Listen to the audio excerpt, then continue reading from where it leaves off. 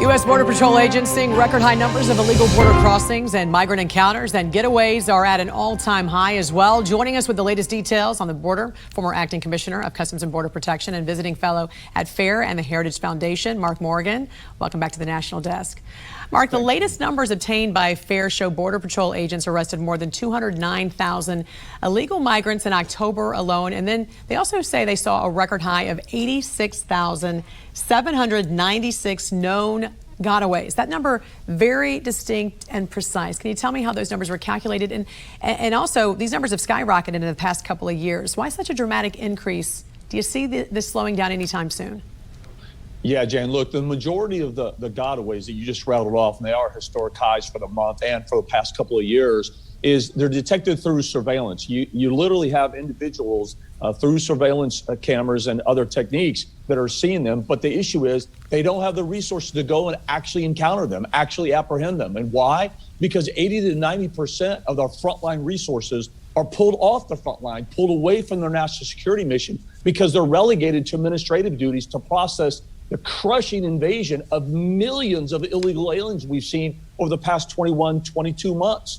That's the results that you have. And here's what's key. Among those gotaways, look, it's common sense. These individuals are trying to get away for a reason. And the reason is there are some very bad people among the gotaways. So far under this administration, the first 21, 22 months, it's been over 1 million gotaways. And Jan, among them are murderers, rapists, pedophiles, aggravated felons, and gang members, almost on a daily basis. This is simply unsustainable and it's got to stop. But this is what you can cause when you have open borders. You've told the entire world, now's the time to come and we're going to let you into the country. I see. So these are the people that they have seen cross, but we're not able to process them because, as you said, they are just so overwhelmed.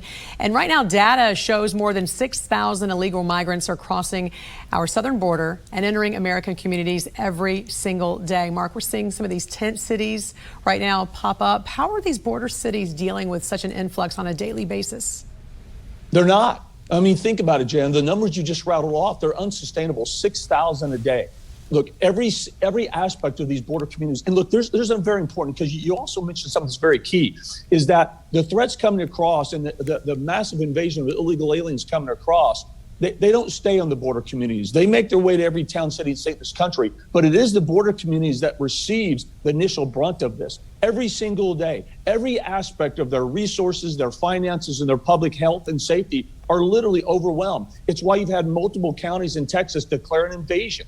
It's why you had Governor Abbott in Texas that started Operation Lone Star last year that has done an incredible job to fill the void to secure Texas borders. It's why you've got Carrie Lake in Arizona that said as she becomes governor, she's going to declare an invasion on day one. Why? Because they understand that border security is national security, and every aspect of their communities, public health, safety, and national security is being jeopardized because of this administration's open border policies. And Mark, a new report shows the Homeland Security Department has been giving illegal immigrant families hotel rooms where they are now provided with, I'm reading, laundry service, guards, babysitting services. Tell me more about this report and how much this is costing.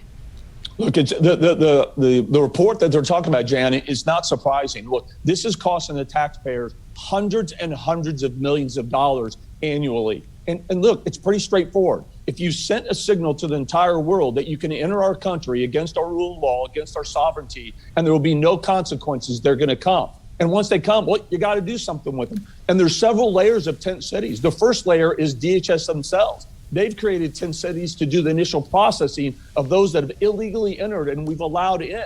Once they get that processing done, then they're released. Well, then the second stage of the tent cities in the process happens. They go to non-governmental organizations, NGOs, where they're given additional medical attention, food, clothing, money, and a free plane ticket to go anywhere in the United States that the illegal alien wants to go. And this is all in the back of U.S. taxpayers. The cost is overwhelming. And one last thing that I'll say about this is hundreds and hundreds of millions of dollars that could go to example of hardening our ports of entry, to give them additional technology to maybe, I don't know, stop something like more drugs coming in, killing Americans every single day. Mark, in today's midterm elections, if Republicans pick up one or both chambers of Congress, how do you see border security changing? What's it going to look like since you still have no change at the executive branch? Yeah, that's a good point. And that no change of the executive branch is key. And let's not forget, under the first 2 years under the Trump administration, the Republicans had the White House, the House, and the Senate. And they failed to pass a single piece of border security legislation that would have stopped about 85% of the self-inflicted disasters going on right now. But I think the Democrats and the current administration have overplayed their hands. I think now is the time. I hope that the Republicans are going to show the political strength, courage, and will that they need to do. And one example of that is in the House. They own the power of the purse, the budget. They can refuse to finance DHS, who is facilitating this administration's open border policies. And that may include shutting down the government. They also need to hold those accountable that have been leading these disastrous, deadly policies and impeach them, like Secretary Mayorkas.